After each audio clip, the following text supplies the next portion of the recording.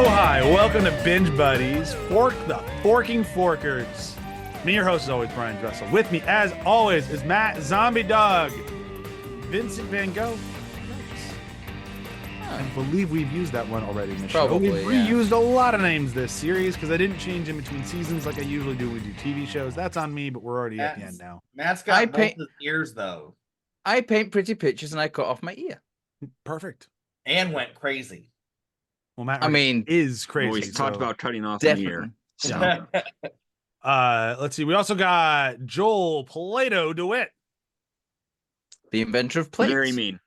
Very mean. Yeah. Hey, last episode I was Socrates, which means Joel was my bitch. In your dreams, Ryan. Hey, Socrates was Plato's mentor, so suck it. Well, we also got Ryan Otto von Bismarck Lutens. Is that another Byzantine Empire ruler? I honestly don't know who that one is, but he's 97 on this list, or she's 97. I guess Otto could be a girl. I think it's a he. Of the German Reich. Whoops.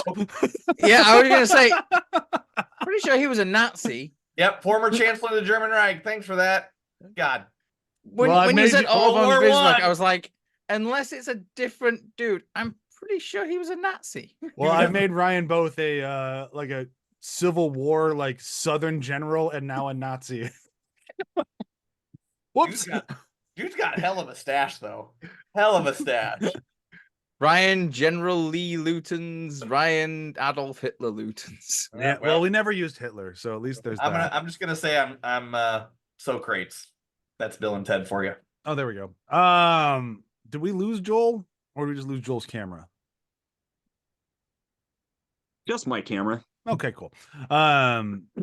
Just making sure we didn't lose him. He's just making sure that big bowl of weed's totally out of the shot. I mean, you don't know that it's not out of the shot. I mean, I might just be in front of it. That's true. Still technically out of the shot. Then that'd be flagging it out of the shot because it's not in the shot. You know, technical's no fun sometimes.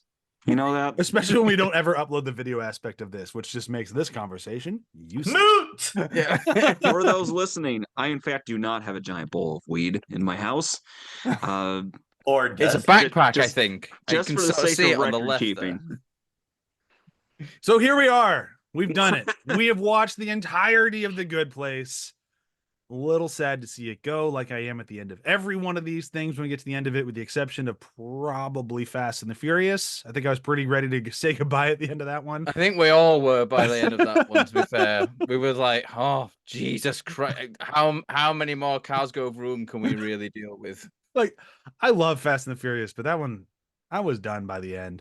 Only other thing I've ever felt done by was when Matt and I tried to watch all the Friday 13th, and I was just gonna bring that up. I was gonna bring that the first time we did Friday the 13th, we had to watch all 12 of them in like a week. Yeah, that was 7 the other time to watch all of them. That was rough. That by was the a end bit of much. that, I was just like, okay, we get it. Teenagers die. Like, this is really, and to end it on the remake as well. Like, yeah, oof. But hell. The rewatch went much better when we did You mean when we split it out over I was gonna say one episode a week? Yeah. I was gonna say what was the Homicides, Hooters, and Hockey Masks? That's the one. Yeah. That's a good one. That was a good memory. I don't remember the order, but that was pretty good. This one I'm gonna be right as well. Did I? Fantastic. I think so, yeah. I doubt I did that ever during the series. Exactly. I got it wrong. That's the ironic thing. It's the only time you got the order right. It was well after it was done. I gotta say, though, I'm always a little sad to see the end of these things. Usually when we see the end of it, it's at the end of either a very long run like we did with Venture Brothers, or it's the end of some horror movie franchise. I'm kind of done seeing people die for a minute. This was far and away the nicest show we've ever done. That even includes What We Do in the Shadows, which is not a mean show by any stretch, but it still involves a lot of murder. This is just all around a nice show that is aiming to make you better people. Like, just by watching the show, maybe you'll think a little bit more about, being a good person from time to time. But how there was still a little bit of Friday the 13th level gore. Sometimes one episode. Yeah. One episode. Yeah. Yeah. That that AC unit hitting Chidi in the head was one of the more violent things I saw on network TV. That was a good thunk. I mean, it I was killed- more thinking the trolley problem. or the trolley problem. Yeah, there was some. They bring that back up in this episode. Tell people to bring They ponchos. do, yeah. It gets messy. But how do you bring a show like this home? We mentioned it last week. If you listened, they could have just ended it there. That would have actually been a very satisfying ending. It had that line with Chidi at the end, which none of us brought up in quotes, which was, I get it, because I mentioned it kind of when we were recording it. Don't think it was in that episode. The thing about the ocean. It's in That this was episode. Yeah, it's this episode. Okay, but no, that's true. But the line of this is what the good place is, time Oh yeah. with people you love. Yeah. That Yeah. would have been a very good final line. Yeah. It would have worked. And I think people would have walked away going, man, the ending of The Good Place was fantastic. Not one of the best ever, but it was fantastic. And then they went and released this thing. One of the best ever. Like, a lot of people will always say, like, one of the worst finales of all time is, sorry, Matt, I know you're watching this right now, Sopranos. People don't like the Sopranos ending. I think the ending of Sopranos is fantastic, and I think they're wrong, but there is open debate. And I can understand why there's open debate. When you talk about great finales, almost everyone will go to the same thing. Can anyone guess what I'm going to say? It's another HBO show. The Wire. 6 Feet Under. Oh. Yeah, that'd 6 been my Feet Un- second guess. Yeah, 6 Feet Under but it's a very emotionally manipulative ending. And I'm not saying this in a bad way. It does its job very well. It plays that Arcade Fire song, which is great. You slowly but surely, kind of how this show does in a way. That's why I brought this one up, because they're similar in a way. You see the end of every character you've grown to love over the course of 6 Feet Under. You see how they all eventually die. And it's kind of sad, but it's also kind of like heartwarming in a way. And it makes you cry, but not in like an ugly cry sort of way. This is a very well done episode, but it feels very manipulative. Like, we're going to play this song. We're going to show you sad image after sad image after sad image. And it's going to tell a great story. But the point is, I want you to be a puddle on your couch crying. That's what I want you to do. This episode does not set out to do that, but will still give you that same effect, depending on who you are, obviously. I know not everyone's going to cry like I do with these things, but if you are a crier, this one's going to hit you there. It's going to pull those out. And it does so in a very sweet, very final, but very understanding way. And I'm in awe of how well they landed this plane. Because this show, for all of every week we recorded, if not every episode we mentioned it, but every week we recorded, has some of the best writing in any TV show ever. We've all agreed it. Some of us even said it's one of the best shows ever. It's just phenomenal. That doesn't mean that you can end well. As we've seen many, many times, Lost. I can go more than think just it's- Lost, but that's the first one coming off to my top of my head. I think it's difficult to nail that ending. I think it's really difficult to sort of like, when you have a great show, it is very difficult to end that show, because by and large, like, viewers are going to want more. They're always going to want more. Especially if the quality is not dipped, it's not gone on for like 20 seasons, and it's still it's still got that quality there. And like, I think it's really difficult to get that sort of balance between finality and also satisfaction. And there's like, it's rare that you can see that happen, I think. Like, When even you're mentioning the Wire, like I mentioned the Wire, when you said, like, which do you think is the best one? Yeah. The Wire is a phenomenal show. Like, I think it's one of the best TV shows of all time. It's so well written. I still don't think they nailed the finale, though. I think the finale, it doesn't drop the ball, but it doesn't hit a home run. I would say the same for I don't know if I'm doing Breaking them Bad right. for me. Yeah, I was gonna say Breaking Bad. I feel the same Breaking way. Bad sucks. Like, I honestly, like, I do not get the hype for that. Like, I mean, Don't I love say this it, show, Matt. but I love the show That's Breaking Bad, ridiculous. but the ending, I agree. Like, the ending, I don't think sucks, but I don't think it's very good. I think it's fine. It's And I think pushed. I feel like the ending is pushed on Breaking Bad. They tried to make it sentimental, but it's just like, why do we need this bullshit? They were too concerned about giving Walter White a win at the Yeah. end, and the whole Yes. like, I'm going to go out on my own terms stuff. Yes. And we don't need to go into it, but like, there are problems at the end of that show. I mean, Yeah. case in point, they had to release a movie to actually finish the rest of that story. Right. Like, so like, no, they didn't stick the land. I love Breaking Bad, but like, the ending it's good. It's not great. It's fine. It's there.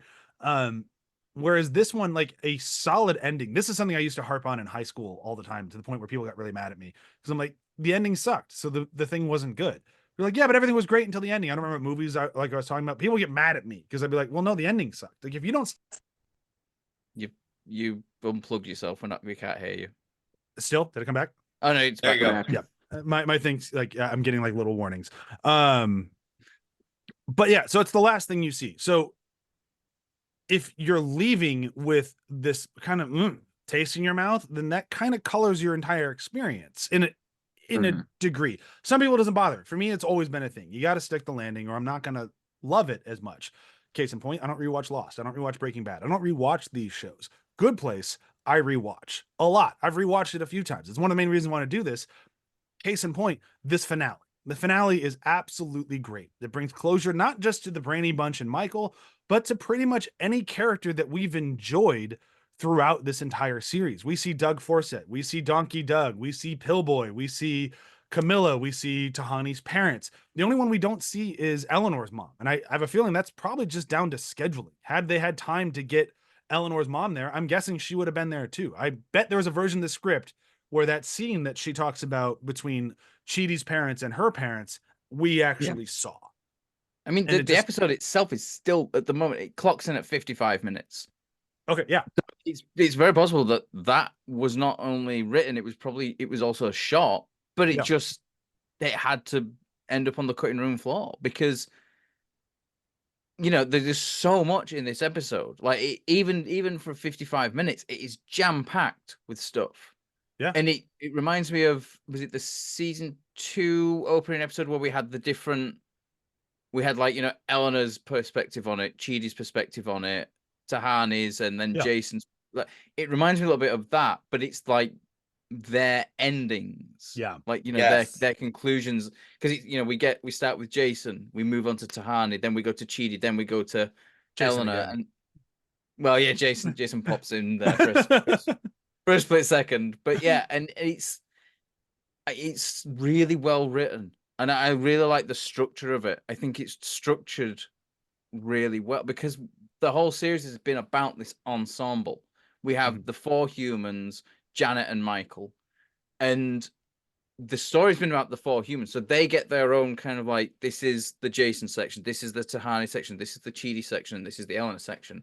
But throughout that, we're also getting Janet and Michael sort of in there throughout, like this kind of like through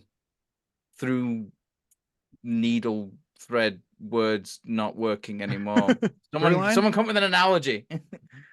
Through basically like running through the thing, we have the Janet and Michael arcs, as it were, sort of coming to an end. Like, Janet has a phenomenal bit where she's talking to Jason about how she doesn't remember things the same way as humans. Like, when she remembers something, it happens.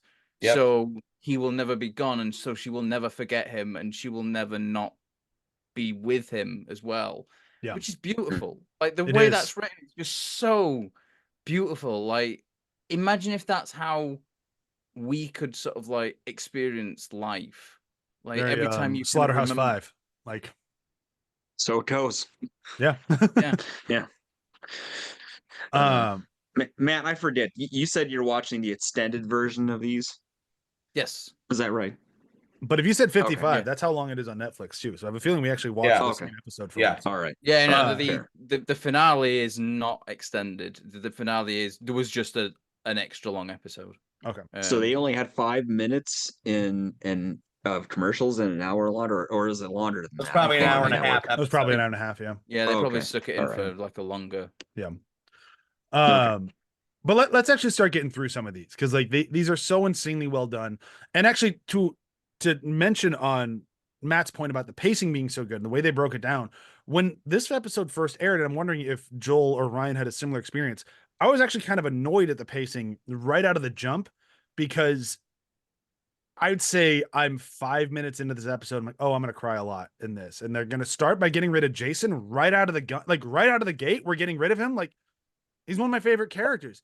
So I enjoyed it because it's the person that you would think he's always into vice, right? He's always doing something. Molotov cocktails, yelling Jason Bortles, Monkey and Dracula with Jet. Like, the dude he's very much doing what he wants when he wants. And you would think that someone like that could always find something new to do, but to have him go first was sentimental. realizing like, you're sitting here and you're like, there's not much else for me to do. Like I can experience this, but do I want to experience it forever? And for him to make that decision first is very deep, because you would think someone like Chidi would be the first to go, finding that zen to existence.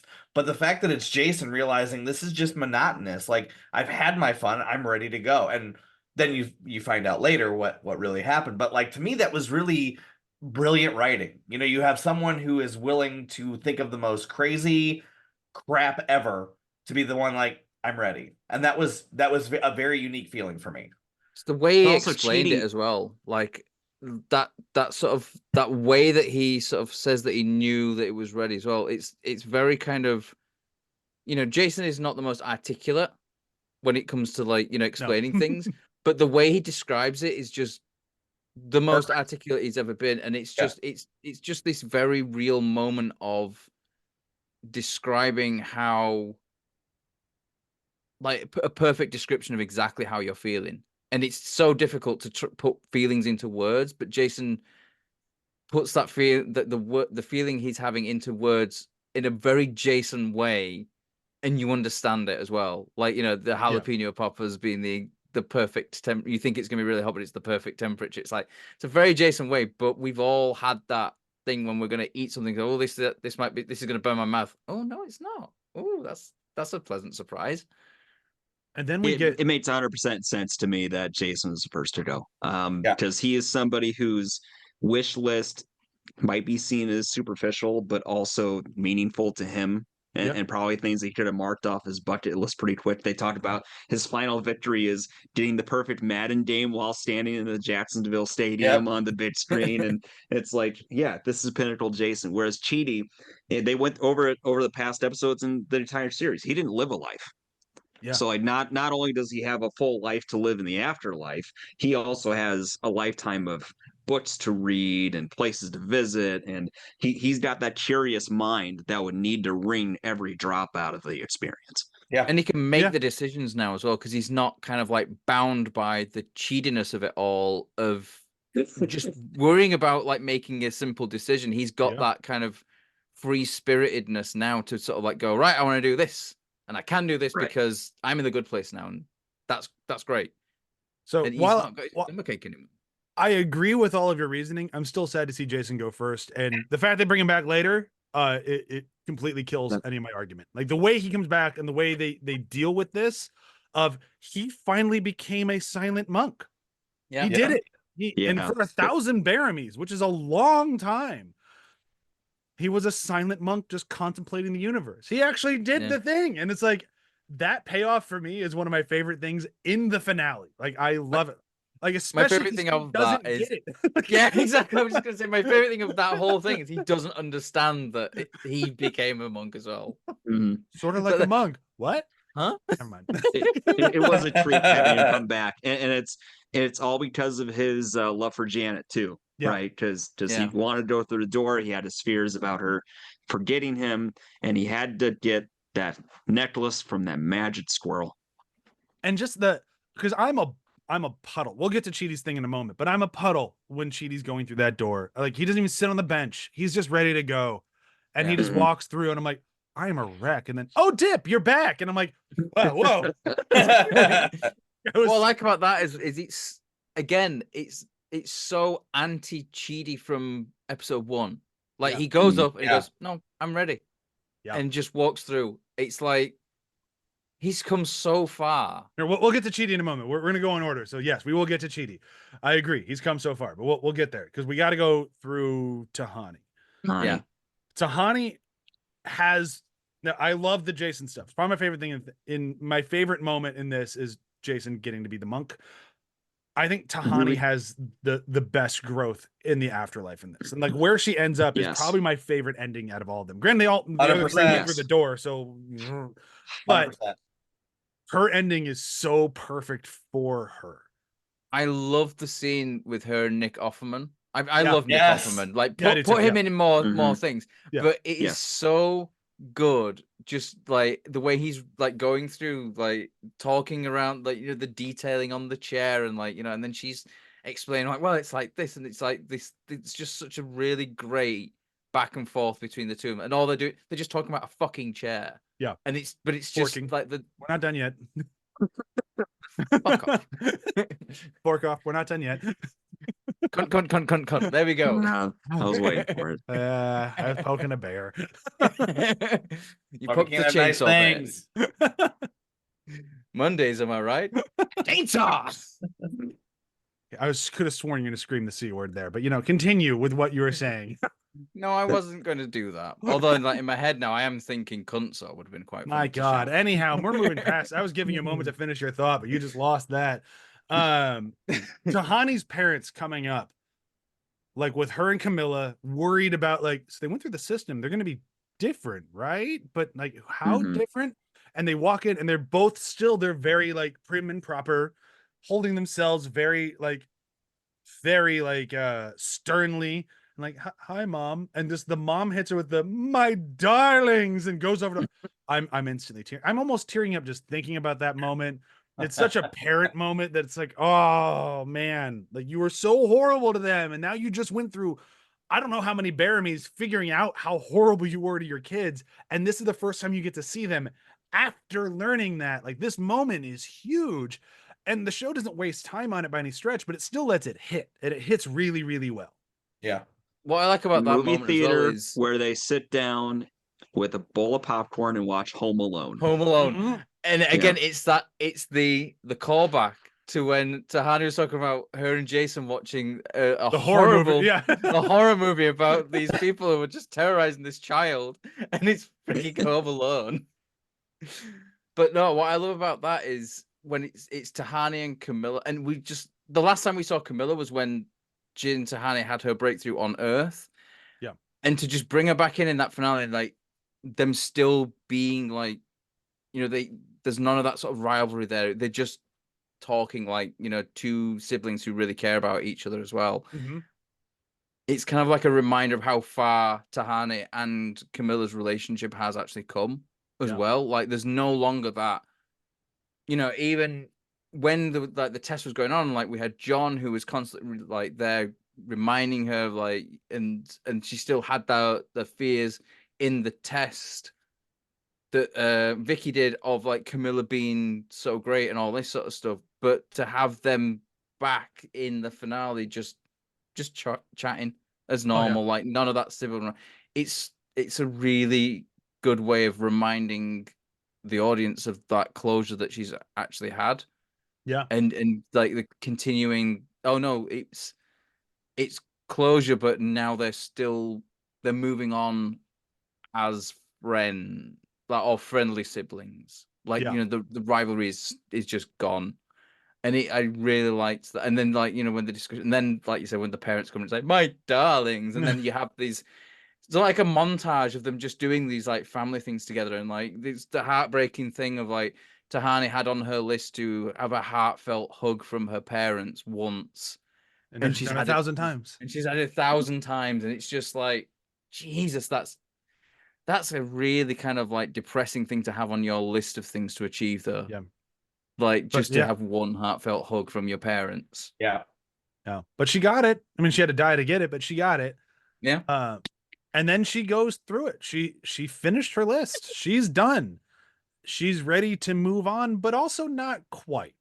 Walks up to the line and goes, I mean, I'm done with the afterlife, but I don't want to rejoin the universe. And which feels very Tahani. Like it doesn't feel like her character. And I like that the show doesn't really pass judgment on the like, oh, you're not ready to die. What's wrong? Like it's just like if you go through that door, if you want to. If you don't want to, you never have to. And she doesn't want to keep experiencing the afterlife, but she also doesn't want to go through the door. She wants to do Michael's job. And it's like, that tracks. Like, that is the ultimate, let me see your manager. I can do your job better than you. Like, that's like... It's not just that, though. It's the growth that she's gone through in, like, the task. Because it's not just been, like, a superficial, oh, I want to do this, isn't it? Yeah. She's learning to actually build things. Like, I got to grab screenshots of like the 2 times the to-do list shows up and like become a master woodmaker, learn how to repave a driveway, master conducting orchestra, master conducting train is on there. I mean, there's a few of the jokey ones on there, like burp the alphabet and land a triple axel. Where was that other one? Free solo the Colossus of Rhodes, whatever the hell that means. It's a lot easier for Rio solo something when death isn't on the line, but I get what she's trying to do. Yeah. But either way, like I love, like, jokes aside, I love this character arc for her, and then that it goes well, and we get Glenn back. I love seeing like I'm going to take a quick pause before we move into the Chidi and Eleanor to talk about all the other characters we see. But like I love seeing where Tani goes. She ends up with the demons, and she's doing a great job. Like we all knew she would. Well, it's not just demons, because it's like the whole thing of this now is it's a good place and a bad place architect working together. So the other person there, I believe, must be a good place architect. At least the few that didn't run away, like a bunch of the good place people. I don't know if they ever came back. They don't. I don't think they were architects. They were the committee. Oh, I guess that's fair. Yeah. So yeah, we get them both, and it's working out really well. And I love seeing that's where Tahani goes. Yeah.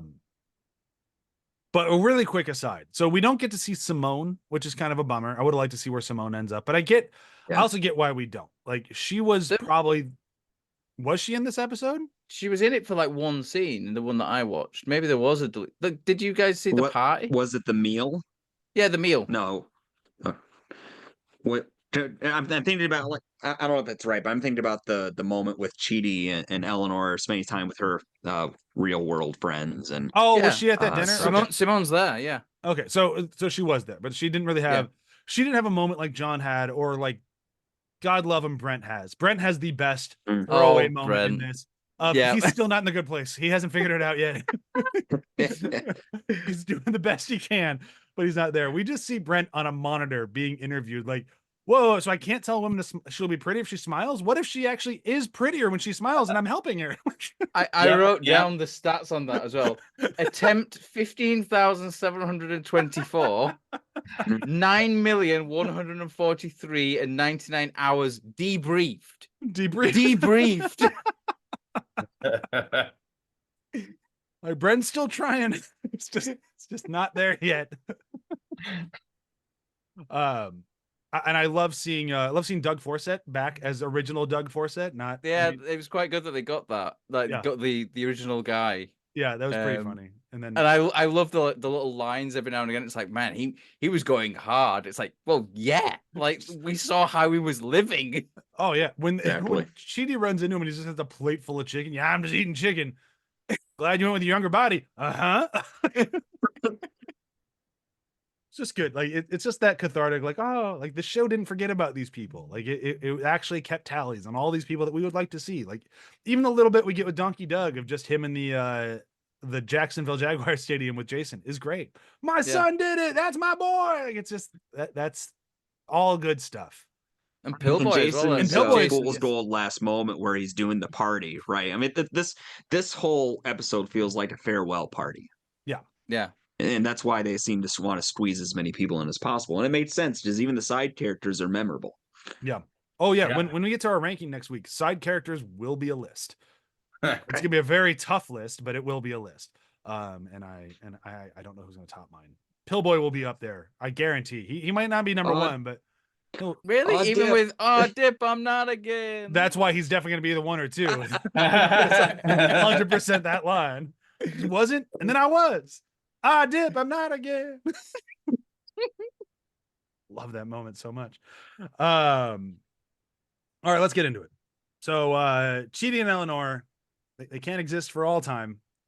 And Chidi, being Chidi, has been ready to go for a while. And he's getting worse and worse at hiding it. Yeah. And it's a bummer. Like it absolutely is a bummer, but it's also not that much of a bummer. Like he's only ready to go because he's at peace. He's done everything he wants to do. And the only reason he hasn't left is because he loves Eleanor and he wants to be there for her. I was like, man, that's as heartfelt as fork, man. Like Jesus. And seeing it's heartfelt, but it's also like the worst kind of prison.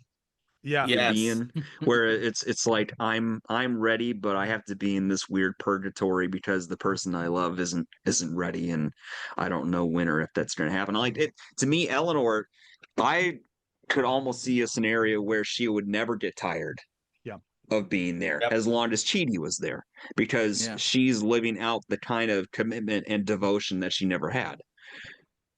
Yeah, I totally agree. I think if Chidi never went through the door, she never went through the door. Yeah. Which I mean, and honestly, that's fine. Like I get that. I think I'm kind of glad Eleanor's they. Eleanor's ideal scenario is that they're both ready at the same time. They both go through the door together. Yeah. Like that. Right. That is what I think Eleanor wants to happen. Which I'm glad it didn't. Yeah, me too. Right. Because what I love can't- about Yeah. what I love about like with Chidi going through first, it gives Eleanor something else to look at to sort of think, right, well, what am I missing then? And that's how we get to the Minnie like St. how Clair, Ellen, yeah, Minnie helping St. Clair, Michael. yeah, and so without her being Chidi-less, she never goes to that realization because she never wants to go. And I like the way that it's written. Yeah. Go back to Chidi at the moment, but like She 'cause tries it's so hard to very- make him stay. Yeah, She does. And that last pitch is just, it's very romantic in a sense and very nice. And I love that they actually, like, the production actually took them there. Like they went to Greece and they shot in these locations. It wasn't green screen, which they've done for a Oh, lot of the really? show. That's good. Like that was, they were there. Like it was pretty that. obvious they were there. And like that's, I did think that's some pretty good green screen or set or something because I know. I just assumed they didn't. No, they're they not went going to there. fly to Greece. Like they went for it. They knew that Wow. this moment had to look perfect, and it did. And it was gorgeous. It was very sweet. But you could also see, like, if you can do this whenever you want for all of eternity, it doesn't matter how great it is.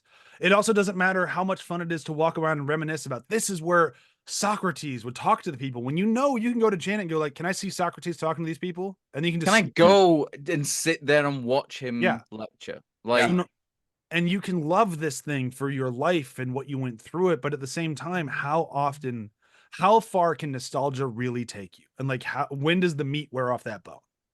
Well, and something like that, it's like the mystery is part of what's making it so compelling. Having to imagine Yeah. what that was like with them debating it, coming up with democracy, rather than witnessing it firsthand, because the lore of it in your mind might be much more fascinating than how it actually played out. Yeah.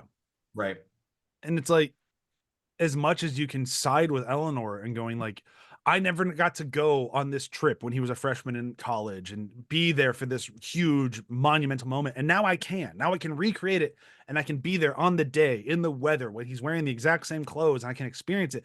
It's beautiful, but it's also fleeting. And I love that the show's not afraid to go there. Like, yeah, it's great, but like, this can't be everything. I love Kristen Bell's characterization of this, because it's not, when we see Eleanor, when we're first introduced to Eleanor, she is someone who does not give a shirt about other people. Nope. She is in it for herself. But the fact that she can key into Chidi and when he's ready to go, because she knows it's there. And the way that it's played off is, we talk about the writing, but it's a thing of beauty. But I think a lot of the credit goes to Kristen Bell here, especially bringing that performance to life to allow that, because you're like, stay, Chidi, stay, but you feel it in her because she is so convincing to be that person who never cared for anybody, to trying to do things to make somebody stay when it's not their time. And I thought that was really powerful. Yeah. And then her acknowledgement of, I'm being selfish. It's time. Like, if you're saying it's time, who am I to tell you it's not? Right. Like, and that alone is like such not Eleanor that we met in episode 1. And it's just, It is so, and she nails it, just nails it. But then because of that, Chidi goes through the door. We have that wonderful moment with Jason, and it's all just Jason, yo, Chidi, wait up. Like, that's just perfect. yeah. Then we have to figure out what will if Eleanor's not going through, why? What is keeping her here? And the first place she goes to is Mindy St. Clair. And they give Mindy St. Clair some closure. And Derek comes back. Big head. The celestial being. The celestial being. Derek is now time itself. Yes. And she reboots him again. Again. Cindy has I love how rebooted me over the reboot 150 button million times. I love how the reboot button has been moved to her living room as well. Yes. It's like, she can't be bothered to go far for it now. It's just like,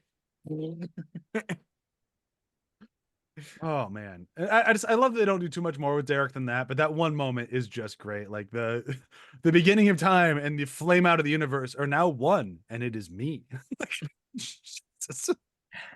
But they convince Minnie St. Clair to go through the system. Minnie St. Clair will finally be leaving the medium place and joining the ranks of the good place. Good for Minnie St. Clair. We're not done yet. What else can we do to help Eleanor get some closure? And they come up with the one thing I was not expecting this episode. Never thought they'd go there, but I'm so glad they did. It's part of the reason this episode is so good and why the finale nails everything. They let Michael become a human. Never even knew I wanted it in this show. I knew he loved his humans. I knew he loved his human stuff. I never thought they'd give him the opportunity to be a human.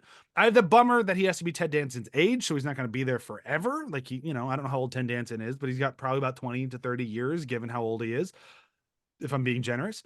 But he still gets to do it. He still gets to go down there and live and experience being a human. And it seems like he loves it, which is just awesome. Him experiencing being human is, for me, the highlight of the episode. Like where he takes the microwavable meal out and burns his hand, and he's just laughing. Drops on the floor, and he's just that laugh. Man, it's hot, but it's a dry heat. Yeah.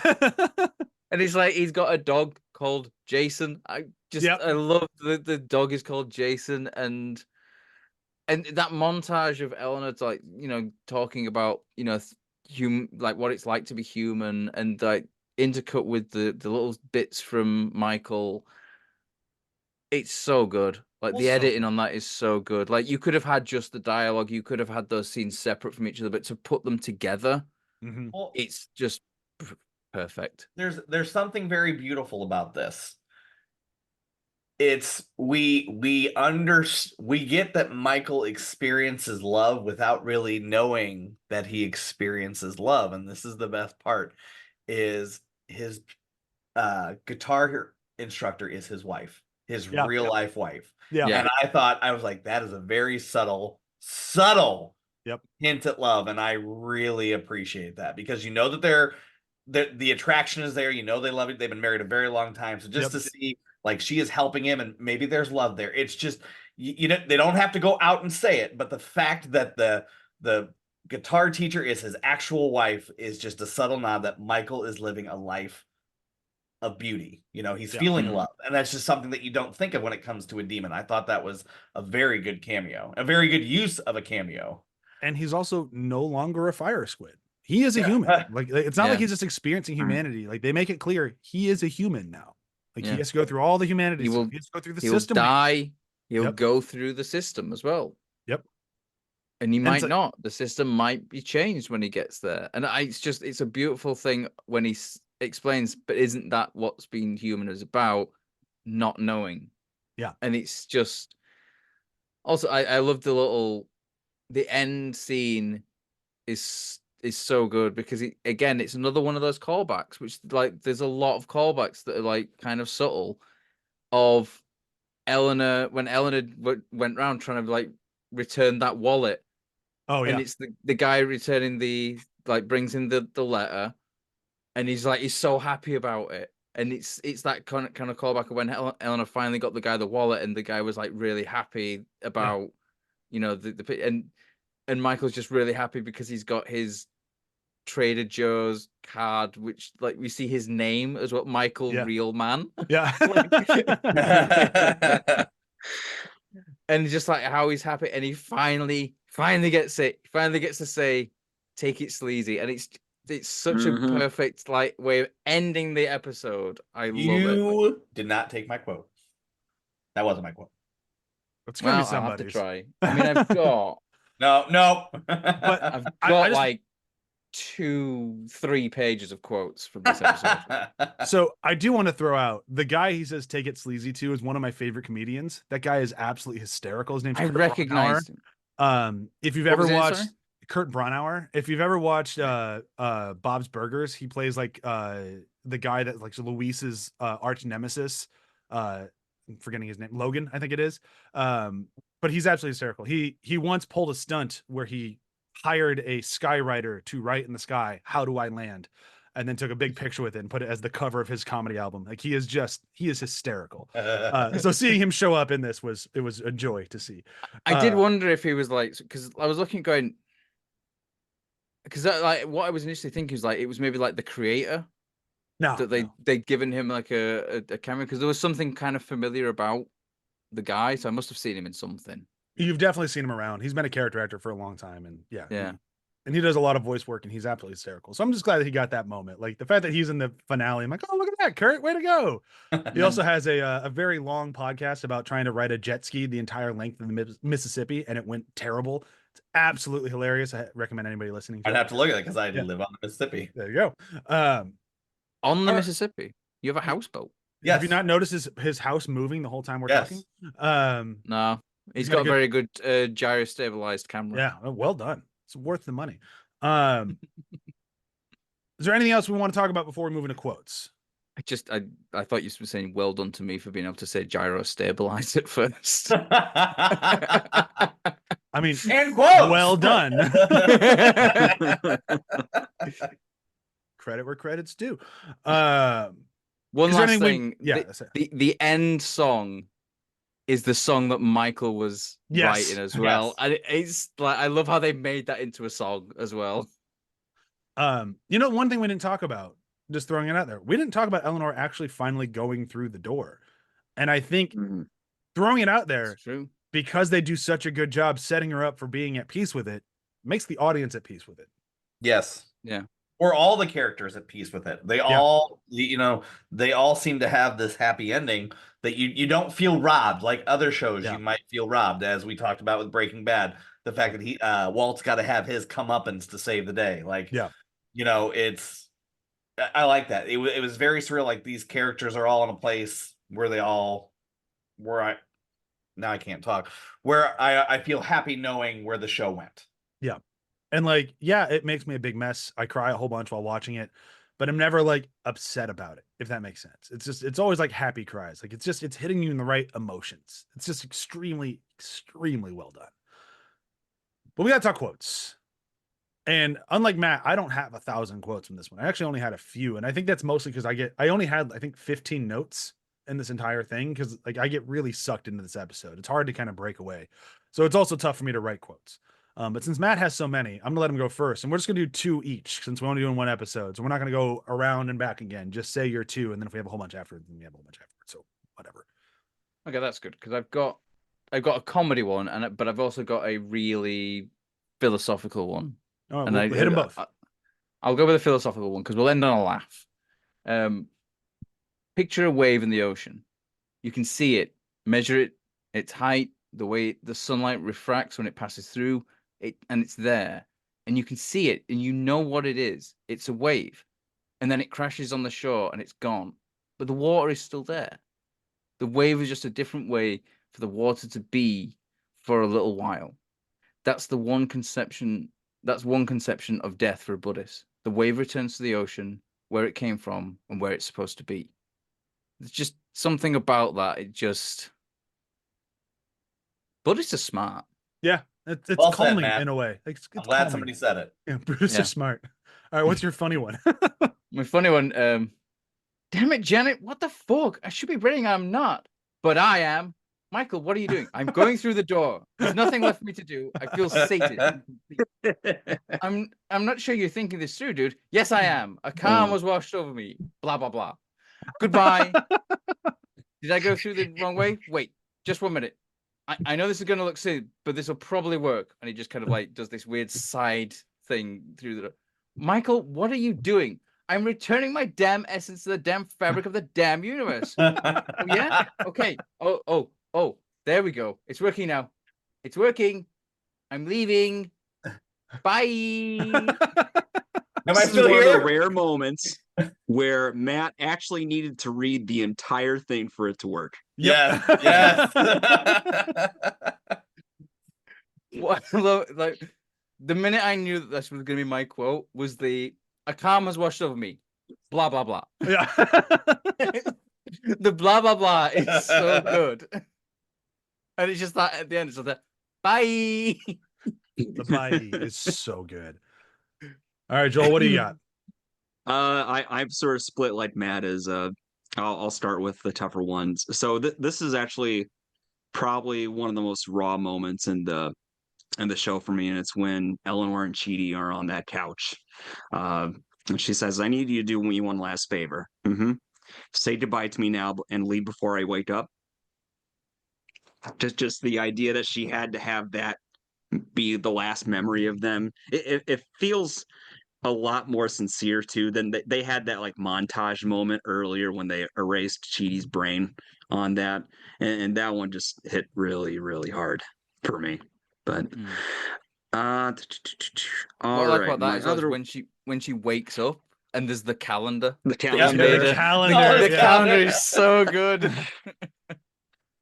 It is really good, and it puts a little sweetness like period at the end of that moment too. Yeah. All right, my funny one. Well, I'll begin by saying this new system stinks, and Michael stinks, and we should throw this all in the garbage and go back to the way it used to be when everyone was tortured. There's still some bumps of the road, but the system's good and it's working. Come on, admit it. I will never, ever, ever, ever, ever, ever, ever, ever, ever, ever, ever, ever, ever, ever, ever, ever, ever, ever, ever admit that. I know, buddy. I know. Yes, thank you. That was my runner up for my funny one, but Oh, that's a good one. All right, Ryan, you want to go first or want me to go? I don't think you'll take my lines. All but right, I then can go. if you want me Just to. go. I don't want to hear you yell at me. I'm not in the mood for it right now, so just go. All right, I'm gonna do the funny one first, and then I'll do the ironic one last. So I thought of doing the jalapeno popper, but I'm not gonna do that. My funny one is Shakespeare went through the door. Really? Yeah, everyone's talking about it. It's probably for the best. His last 4,000 plays were not nearly as good as the ones he wrote on Earth. I mean, did you see The Tempest 2? Here We Blow Again? Woof. And last but not least, kind of poetic, The Judge. You know what I discovered recently? Podcasts. There's like 1 million of them, and they just keep coming. Now, Scoot, I got a radio lab to listen to learn how to listen to about how clans learn. Ooh, that was a hard one. I got a radio lab to listen to about how clans learn. There it is. I'm You glad think we the got judge listens to us? She's got the time. Yeah. Hope so. That's why we're not getting into the good place. Yeah. Because the judge listens to us. All right. Well, I had a serious quote and then I had a funny quote, and my serious quote has been taken. I'm not going to say by who, so I'm going to go with a different serious quote, and because somebody has to say it. Somebody has to say it. No one said it. I'll say this to you, my friend, with all the love in my heart and wisdom of the universe. Take it, sleazy. There you go. Like, such an unbelievably great way to end this show. What is great about that is we get the reaction shot of the guy as well. Yeah. And it's just brilliant. Like, it's just this kind of like, what a weird thing to say, but that's for some reason made me smile. And I love the reaction shot. It could have ended on like the close up of Michael, but because we get that reaction shot, it's just because the reaction shot is so relatable. If some guy hit you with that, that's how you respond. Like, unless you're an asshole, but like that is the response. My comedic quote that just absolutely warmed my heart. It comes from Pillboy, of all people. It's during Jason's farewell party, and Pillboy's up on stage saying goodbye. He's like, "Oh yeah, I guess we're all ghosts now." Wait, and I don't remember what he says, but he goes, "Why all ghosts white? Oh, dip. Are ghosts racist?" Okay, I got Casper, I think. Yeah. Oh, we're all Caspers now. Yeah, Yeah. except we're not white. Wait, why all ghosts white? Oh, dip. Are ghosts racist? Okay, Bryan, I thought you were going to take this. We talked about the jalapeno thing, so I didn't think anybody was going to take it, but my philosophical line would have been like Janet and Eleanor when she's leaving is Janet says, "What do you think happens when people walk through the door? It's the only thing in the universe I don't know. I don't know either. The wave returns to the ocean. What the ocean does with the wave after that is anyone's guess. But as a very wise, not robot once told me, the true joys in the mystery." That's a good one. I had to take it sleazy, but that's right. One. The other Janet quote that I almost used from the same scene is, "I hate to see you walk through the door, the eternal door at the edge of existence, but I love to watch you leave." There we go. The line that Eleanor taught her. Yeah. Yeah. I do like when they go to like we revisit Tahani, and he cuts to like they're just talking about like when she's going to be certified, and it cuts to Sean, and he's like, "Oh, I think you'll find Tahani will be certified very soon." Did that sound evil? I didn't mean to. I was sincere. Force of habit. I do think you'll find Tahari will be certified for. Shut up, Glenn. The other one, since nobody mentioned, we got to mention Jeff a little bit. Like Jeff finally got his time to shine in this thing. His desk is absolutely covered in frog nonsense, which is just great. But as Michael's farewell for his trip to Earth, he brings him a real frog. And Jeff's response, "It's real. It's a real frog. I have the perfect name for him," and looks at Michael, and you're so sure he's gonna say, Michael, Mr. Jumpy Legs. Yep. Mr. Michael's Jumpy. reaction is brilliant as well, because it's like, oh, I thought you were good. Never mind. Jason's getting ready, or Jason's at his farewell party. He goes, "Okay, homies, you're sad. I can tell because you have the same looks on your face that my teachers did whenever I raised my hand in class." Honestly, our biggest problem is that we need more architects and actors. Well, sorry, but these younger demon actors have no dedication to their craft. They think that they can just start acting. They have to learn that acting is reacting, and reacting is pre-acting. But pre-acting, well, that's just being. Okay, take it down a notch, Daniel Day-Lewis. I love that Vicky's gone from like villain to like common annoyance. Yeah. She was always had that annoyance side to her, though. As Michael said, she's a total munch. Champagne? At least she's not wanting to limp everywhere. All right, what was your quote, Joe? Thank you, Panda.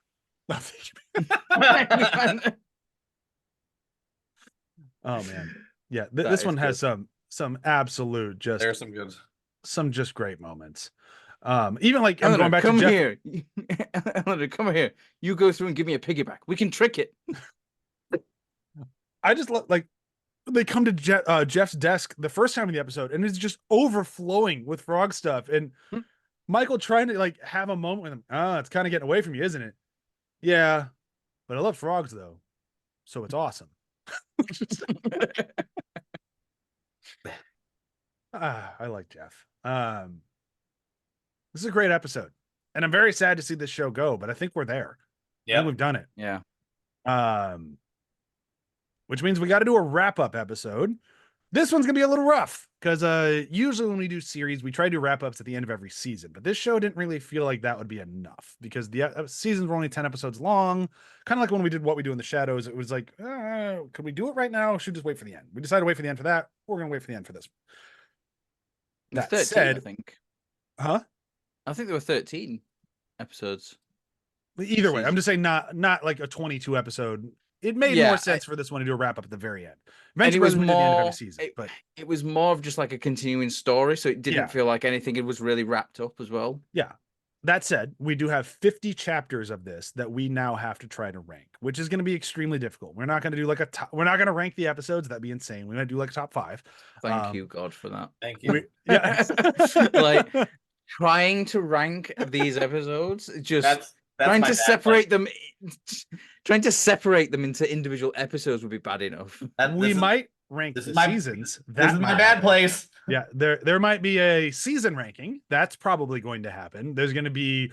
I feel really sorry about this one, but we're going to rank the Brainy Bunch, including Janet and Michael, in that list. And we'll probably do a top. I was going to say 5 quotes to try to limit how long our episode will be, but it might have to be a little bit longer. Seeing that Matt couldn't come up with 5 quotes per episode. Matt could come up with 5 pages of quotes per episode. That's just called the script. No, there was like that took about 3 pages of the script out. Yeah, sure. But either way, we're gonna have a wrap up. It's gonna be a ton of fun. I'm really excited. My favorite thing we're gonna rank is gonna be the side characters. Because there's so many great side characters. There's gonna be no rules on that list. It's just anyone who's not part of the Brainy Bunch. We're gonna do a top 5.